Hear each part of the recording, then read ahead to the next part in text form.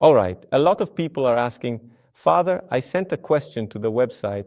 When are you going to answer my question? Well, the day has finally come. Let's answer the questions. But you have to understand that this is a huge task. Each of these pages here is a different email with a different question. So you can imagine the volume. Obviously, we won't be able to answer every question individually. We will give priority to the most interesting questions, and above all, to those people who are subscribers and are taking the catechism course. Of course, I have to give feedback to the catechism course itself. I need to respond to those people who are taking the course when they ask relevant questions about the subject matter of the course that we are currently covering. All right, then, let's get started. Since we have to start somewhere, let's begin. Because there are some questions that are quite existential in nature. There are people who write to the site whose questions, to truly answer them, would require spiritual guidance, because we can't just parachute in and answer certain things. You need to know the circumstances of the person's life, understand how they experience certain things. It would require a dialogue, a meeting. In that case, I would advise you to seek out a priest. But today we'll start with a question about marriage, since it's such a frequent topic on our site. A person named Paulo Ricardo asks why couples who live together without being married cannot receive communion. Yes, that's the gist of his question. Well, look at it this way. So the question here is about the necessity of marriage. Why do I need to get married? Animals don't get married, do they? In other words, animals simply feel sexual attraction and mate. And that's it. Reproduction is done. So why do we need the institution of marriage? Isn't this a human invention?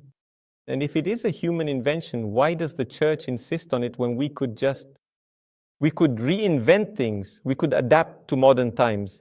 Nowadays, marriage is no longer something required, so people just live together.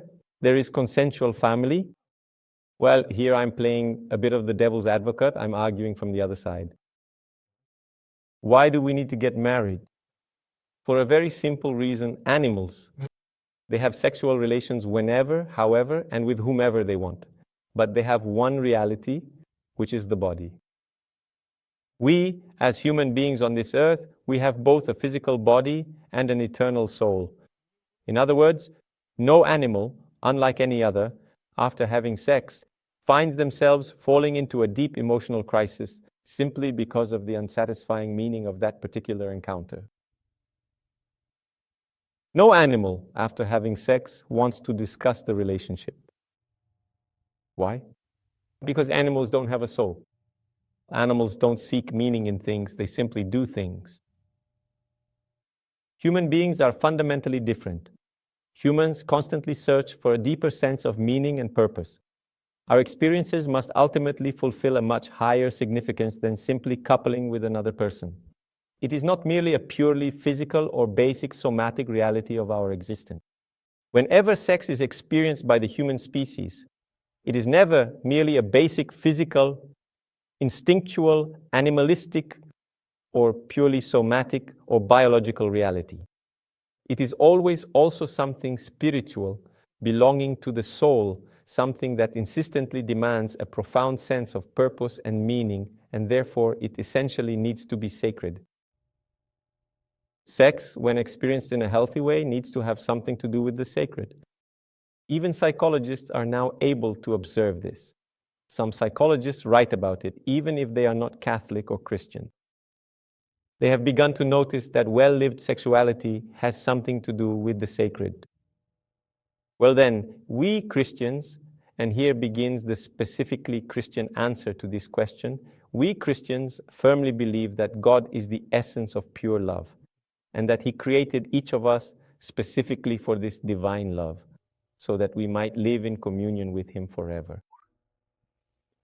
And therefore, our precious time here on this physical earth, our limited time spent in this vast world, is a vital time in which we truly need to live out a life of deep and meaningful love. And what is love? Love is a profound and unbreakable bond. Love is a beautiful, undeniable reality that makes me feel truly alive, communion with the other. There is no way to love and have disposable people. All love is a covenant. It is not possible to make love without a covenant. That is why, if we came into this world to love, we need to live in this world within a covenant of love.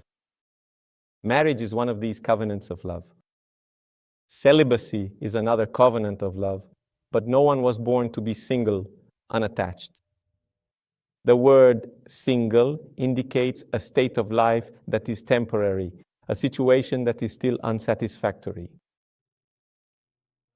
No one says, "What is your vocation?" My vocation is to be single. No, no one has the vocation to be single. You have the vocation to be married, you have the vocation to be celibate. They are two commitments, two covenants. Now, when you live temporary, disposable covenants, you turn people into something disposable. You don't have a real relationship with people, but simply treat them as objects, forgetting the other person's spiritual dignity. So, for this reason, a person who lives in a disposable sexual relationship, those who do not live in a sacred communion of divine love, are unable to truly receive communion. You cannot receive communion if you are not seeking communion.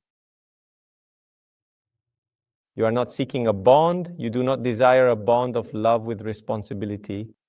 Responsibility means this: I am accountable for something. So for this reason, you cannot receive communion, because those who are not in communion cannot receive communion. I hope I have answered your question. God bless you.